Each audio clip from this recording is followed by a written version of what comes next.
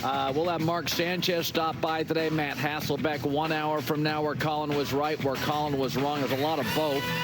J-Mac, you know, I had said before the season, all these 12-win Cowboys seasons, I said, I believe they have peaked and they'll be slow regression. It won't be drastic. They won't go down to 7 wins or 8 wins, but it'll be about 12, 12, 12. This year will be closer to 10. And there'll be more ugly losses. And once again, don't be fooled by the fourth quarter. Dallas got smoked, right? It feels good that we nailed that game, right? Ravens in a mauling. Yeah, so C.D. Lamb and Dak are arguing on one sideline, and Micah Parsons is yelling at the defense, both sides in chaos. The Cowboys have become one big, authentic Kardashian event. There's drama, and there's glitz, and there's glamour, and there's money, and most of it's just a big illusion, and they both have the most gullible of people that worship them. The Cowboys and the Kardashians are great at taking your money, and Jerry Jones has mastered that follow the bouncing ball. But increasingly, of the last 5 really good teams they have played, Buffalo, Green Bay, and Detroit last year, Saints, Ravens this year, 4 or 5 of those are at home, and they've been bullied in all of those games at some point. 4 or 5, just bullied. Dallas, here's the problem. Their roster's not talented enough, and Jerry Jones calls himself the GM. He's 81. It's not a good enough roster. They're also a team that's soft. They're the worst run defense in the league. Derrick Henry and Lamar had their way yesterday. They're also a team that has no chin. If you hit them early, they fold like a cheap deck chair. Also, Dak, CD, and Micah eventually are all going to have top-of-the-market contracts, so you better start nailing those 4th, 5th, and 6th round picks. Baltimore didn't do anything creative.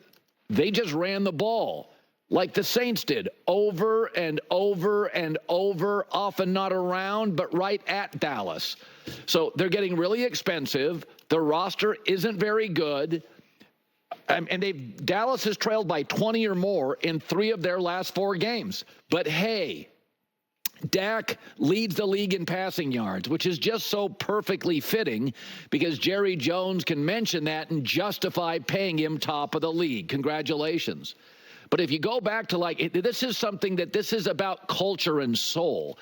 You know, everybody bangs on Daniel Jones, and I will say I had the Giants winning yesterday, and the offensive line, and now they've got a #1 receiver. They've got a little bit of a life in New York. Not a great team. Cowboys play the Giants Thursday, but New York's got a little bit of protection, a little bit of a life, a little bit of a hope. But as you all bang on Daniel Jones, I went and looked up this morning since 2020, Dak and the Cowboys have only had 6 fourth-quarter comebacks. That's the same as Daniel Jones, meaning you got more talent, but you don't have any more heart. There's no soul. What are you? And unlike the Kardashians, actually some of the Kardashian products are actually pretty good. Skims, I'm told, is excellent. And whereas the Kardashian fans that worship them actually like their products and like them, Dallas fans were recently surveyed in the offseason by The Athletic, thousands of fans, and a majority said, we have no chance to win a Super Bowl in the next 5 years. What am I supposed to like about this team? You can run on them. They don't have much of a culture. It's situationally. They're not brilliantly coached. Dak throws for a lot of yards, but those fourth-quarter yards yesterday, that's stat padding. They weren't real. I checked it out during the game. At halftime, the Ravens were averaging over 8 yards a play. So at the end of the third quarter, I went to my phone. After the third quarter, the Ravens were averaging 9 yards a play. That's like an outmatched college team. After the game, Matt Mosley, by the way, asked, why couldn't you? They asked about Derrick Henry, who, by the way, against Dallas was good. And Jerry said, we couldn't afford him. And Matt Mosley said, why? Well, I don't know. You can't buy a mansion when you live in a different kind of house. And to that, I would say, your running backs are not a mansion. You got one elite wide receiver, an okay tight end. Where's all the money going? Where are all the great players? Buffalo, Green Bay, Saints, Ravens. They're just dominating you. They're pushing you all over the field. And here's Micah Parsons after. I mean, the same thing. I think right now we got people just trying to be Superman. People just got to own their jobs, bro.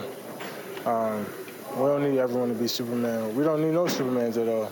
We just need 11 guys playing together. All right, let's have a really serious, hard conversation about what's happening with the Chicago Bears. So I thought Bo Nix, although not great early in the season, I'm watching Sean Payton, the coach, and Bo Nix, and I can see what they're trying to do. I can see the plan.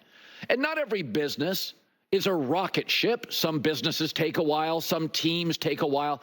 But can I identify like a plan? We need to have a hard conversation. I don't think this coaching staff is going to work with Caleb Williams. They have no run game at all. Like none. I can't see the plan. It's bad backyard football. The offensive line has regressed. I mean, they faced a team yesterday in Indianapolis that doesn't defend the run, and they still couldn't run. Fewest yards per play in the NFL. And this is not a team without talent. They had a young and improving O-line last year. Not anymore. They had a semblance of a run game, I thought, last year. Not anymore. They had Keenan Allen, Rome Odunze. They got DJ Moore. They got players. They're last in everything that matters or next to last. For our TV audience, sorry, radio audience, look at the screen. I mean, DeAndre Swift has had 37 carries. One has been for a first down. I mean, once again, I see a defensive coach and a defensive culture not being able to figure out how to fix a quarterback. And Caleb Williams came into this league. We talked about it. He could be erratic. He was an incredible playmaker. But he was going to need somebody like Andy Reid with Mahomes early to get him back into the fairway. Or what Kevin O'Connell is doing with Sam Darnold, take away the reckless. And that's the bigger problem, perhaps, for Chicago. Minnesota is gifted offensively and young. Green Bay's got a great coach, gifted offensively and young. Detroit's not as young. Many of their players are now moving into their prime. But Detroit, Minnesota, and Green Bay are excellent offensive teams. Not all great defensively, excellent offensively. And I would say two of them have great coaches. I think Kevin O'Connell and Matt LaFleur pass the test, flying colors. I think Dan Campbell is a great culture builder. I don't know if I trust him situationally, but he's a good coach. Okay, so forget for a second the Caleb Williams stuff. You got the one defensive coach in that division. You can't win games in this division going forward scoring 20 points a game, 23. You got to get into the 28s. This is now the best offensive division in football. Take the Bears out of it. The other three teams could put an offensive Pro Bowl team together.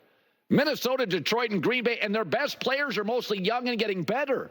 There are no old guys in this league. The tackles, the O-line for Detroit, the young receivers, tight ends for Green Bay, Minnesota, Jefferson, Jordan Addison, T.J. Hawkinson, Sam Darnold's playing out of his mind. Like MVP stuff isn't a snarky tweet. He may be. So Chicago's got major issues here. Their touchdown at the end is garbage. They scored 9 real points. They can't run. There's no plan. What am I watching? They got to get him an offensive guru. And the downside, if you fire a coach mid-season and bring in an interim coach, be very, very careful about that. Because if the interim wins like 4 games in a row, often in interims, the substitute teacher, everybody's on their best behavior and great energy and sucking up to the teacher and bringing produce every morning. Here, Mrs. Jones, here's your 13th apple in 9 days.